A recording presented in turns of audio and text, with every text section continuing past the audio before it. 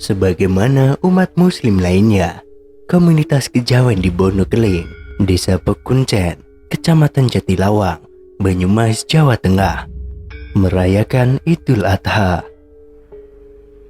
Anggota komunitas Bonokeling pun bergabung dengan muslim yang lain yang merayakan, dan tentu turut membagikan daging hewan kurban. Masyarakat adat kejawen itu juga memiliki tradisi sendiri untuk merayakan Idul Adha.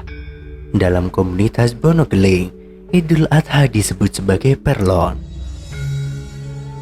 Ritual Perlon digelar komunitas Bonokeling secara terbatas. Tentu pembatasan hanya pada keturunan Panembahan Kyai Bonokeling yang biasa disebut anak putu.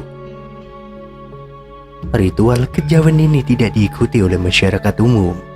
Anak putu, yang berarti keturunan Bonokelinglah, yang meneruskan tradisi ratusan tahun dari tokoh yang pada masa lalu diyakini menyebarkan agama Islam di daerah Jatilawang, Banyumas, dan sekitarnya.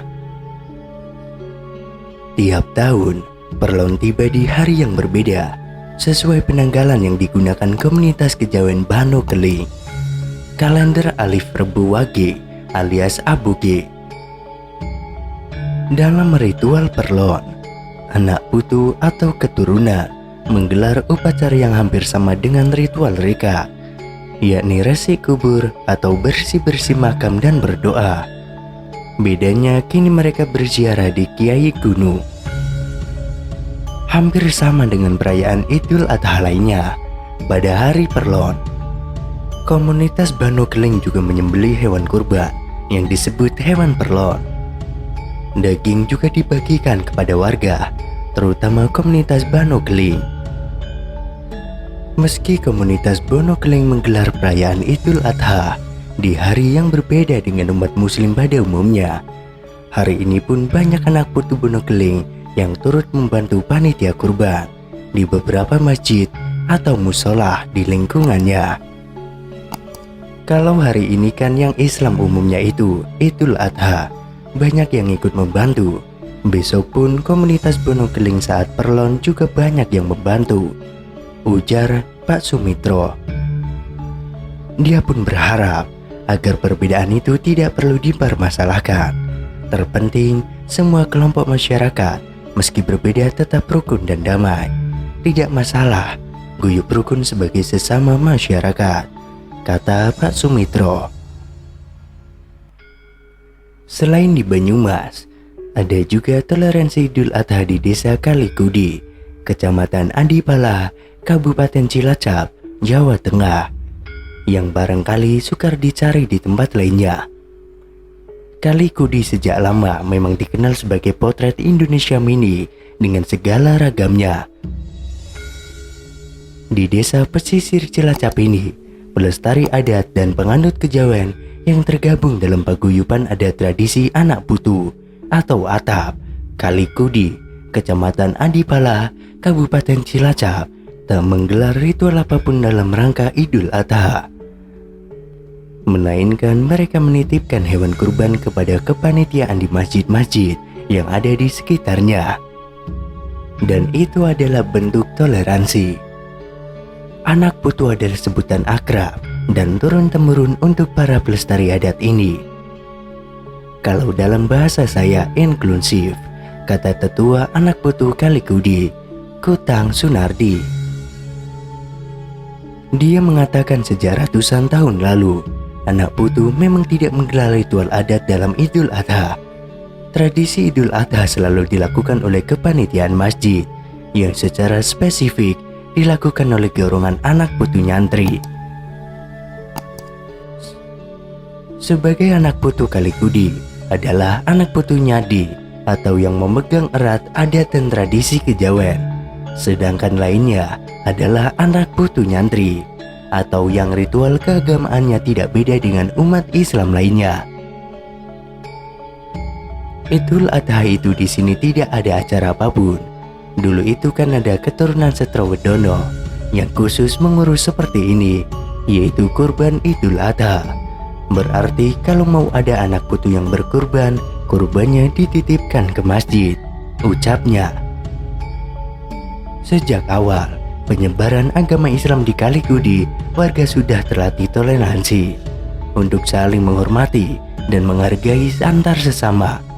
Sebab keturunan Sentrowedono dan Ditakerta bersaudara meski berbeda ritual keagamaan.